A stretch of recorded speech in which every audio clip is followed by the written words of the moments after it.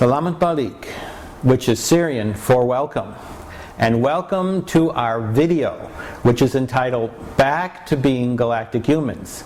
Now you may ask, what is a galactic human? A galactic human is simply a fully conscious human being. Now, when was the last time that we were these galactic humans? The last time that we were a galactic human was during the time of Atlantis. And then some things happened to us and we became our present limited conscious beings. What we are going to do is return back to being these wonderful galactic humans. Now you may ask, how is this going to happen?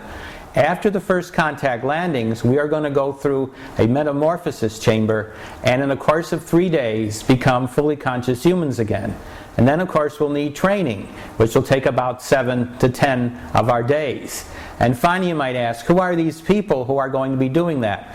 This is the first contact team, or as we like to call it in the Galactic Federation, our science and exploration teams. What we're going to do initially is look at these teams and see exactly who are they, what they're about, and exactly how this unique Earth mission is put together. Now when we do this, we're also going to be talking about a few other things. We're going to be talking about the particular groups, the S&E or Science and Exploration teams, but we're also going to be talking about the Agarthans who live in Inner Earth, who are also fully conscious beings.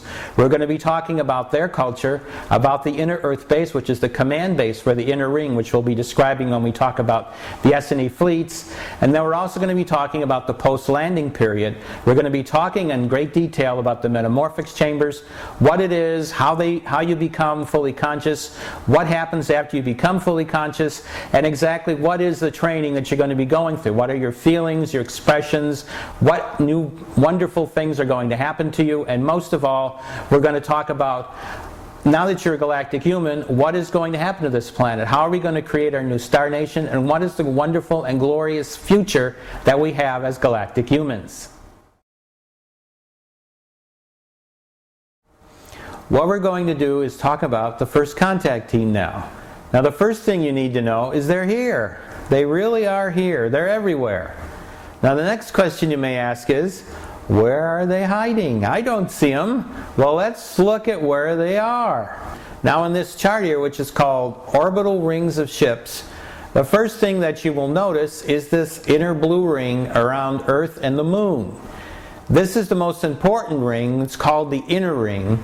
And what it does is it has all the ships that are going to come down. So all around this particular ring are motherships who have within them craft which will be landing when the first contact actually occurs. Now, when you have ships, you need control. So where are these controls? Who is in charge of the thing here?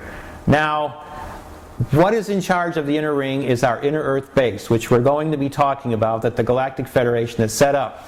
Now the second ring that you'll see is this green thing around the orbit of Mars.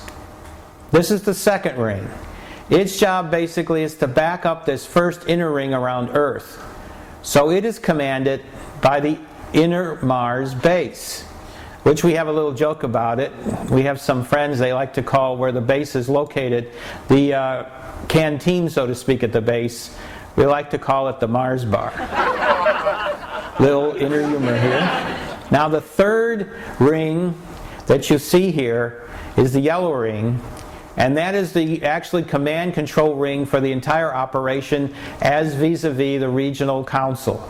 So the regional council of the Galactic Federation, which is the Syrian Council, is in charge of this whole thing, and that's where they have their command and control ships.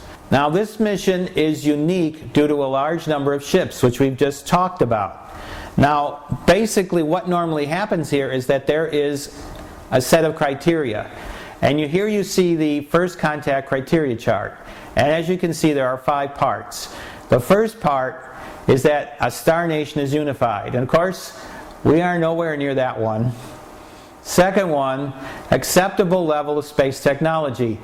We don't exist in that one either, but we have hope. The third one is the level of the local spiritual hierarchy's approval of first contact, and we got an A+ there. They want us to be fully conscious again. They want us to be galactic humans. The fourth one is to negotiate with the Star Nation on Galactic Federation of Light membership. And the final one is the actual landings if negotiations are successful. We don't need those two because guess what? We have a unique mission, divinely set up by heaven to create contact a lot sooner than it would normally have happened. Why? Because we need to become fully conscious beings. How is the final stage that allows us to become fully conscious beings? We need the Galactic Federation and their Agarth and friends in Inner Earth to create a method, a technology to allow us to switch to becoming fully conscious beings. So you might ask, what's all that about?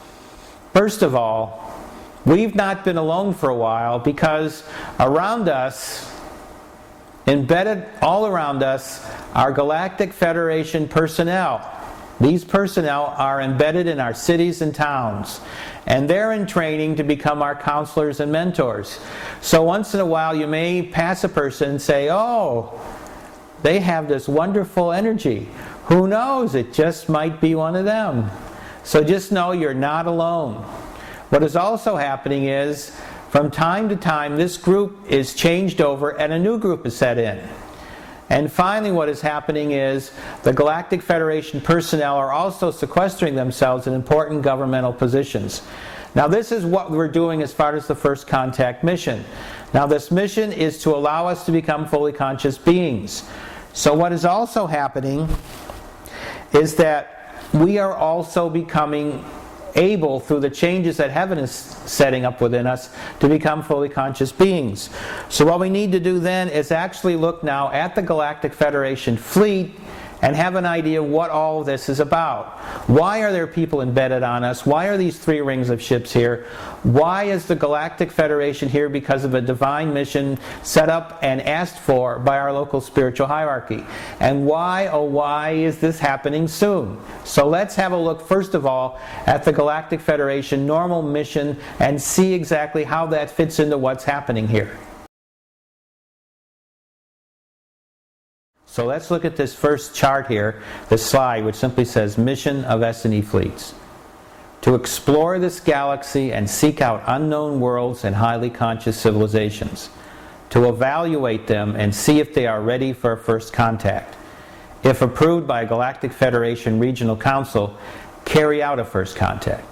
Thus, the Galactic Federation fleet really has 2 major purposes. The first one is seeking out possible places for first contact, and the second one is to simply explore this galaxy.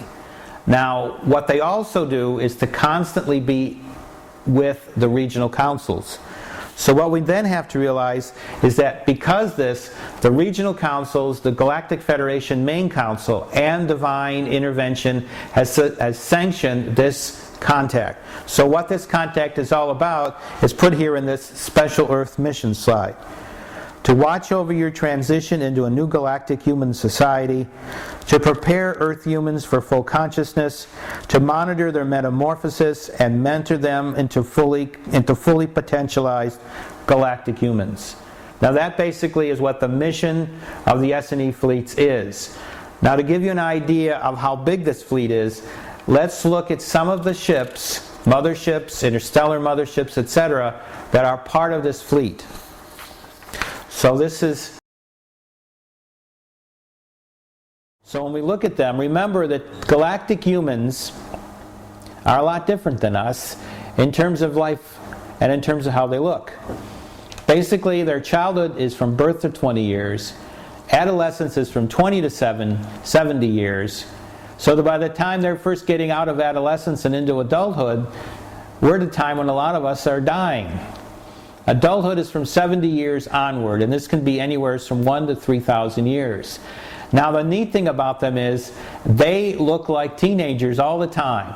And as they are in their full high energy, they don't have any beards. So you'll see these people are always clean shaven, so to speak.